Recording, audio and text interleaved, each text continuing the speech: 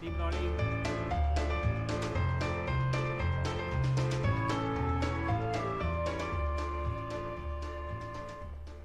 Ayubovan, dear friends.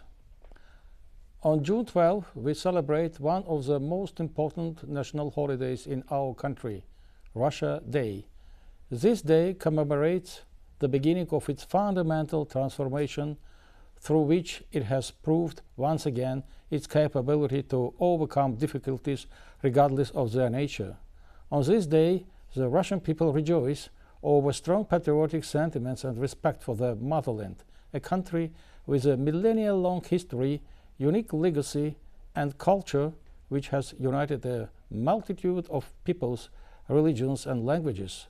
Russians around the world have been going through some critical times and severe trials, but our people are meeting all challenges with dignity and honor.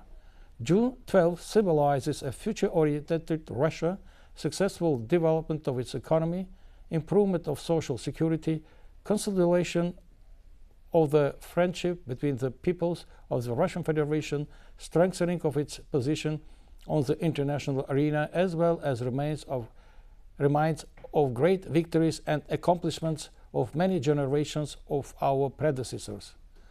The modern world is also undergoing deep transformation.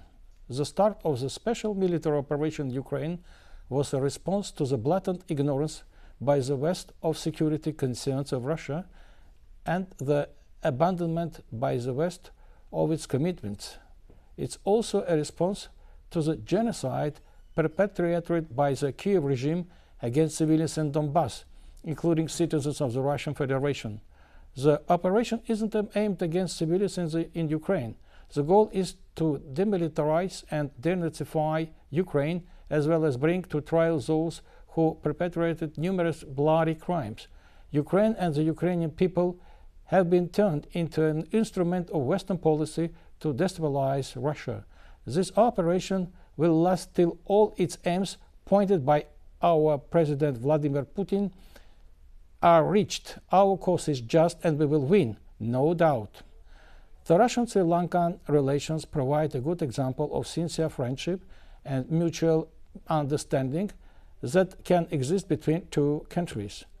Our states have similar approaches to important foreign policy issues.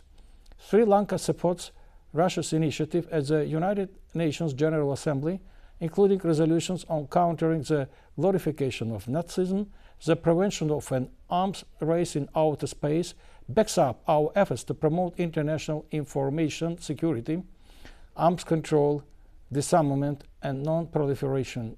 Russia, in its turn, has always supported Sri Lanka in all international fora, particularly in the United Nations Human Rights Council. And of course, we deeply appreciate its balanced position on the Ukrainian issue, despite all the pressure and efforts to incline Sri Lanka to the western side of the conflict. Russia and Sri Lanka are expanding trade, economic, cultural, educational, humanitarian, and tourism ties. Our country remained one of the major importers of Ceylon tea. Sri Lanka has become one of the main destinations for Russian tourists. Our citizens are on the leading positions among travelers arriving to Sri Lanka for vacations. Russian higher education is rightfully top-rated worldwide for its high-quality standards.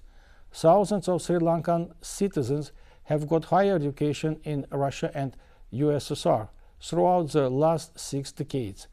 Many graduates reach significant positions in their corresponding professional areas, became high-ranking officials, prominent businessmen, and top-level specialists in various fields.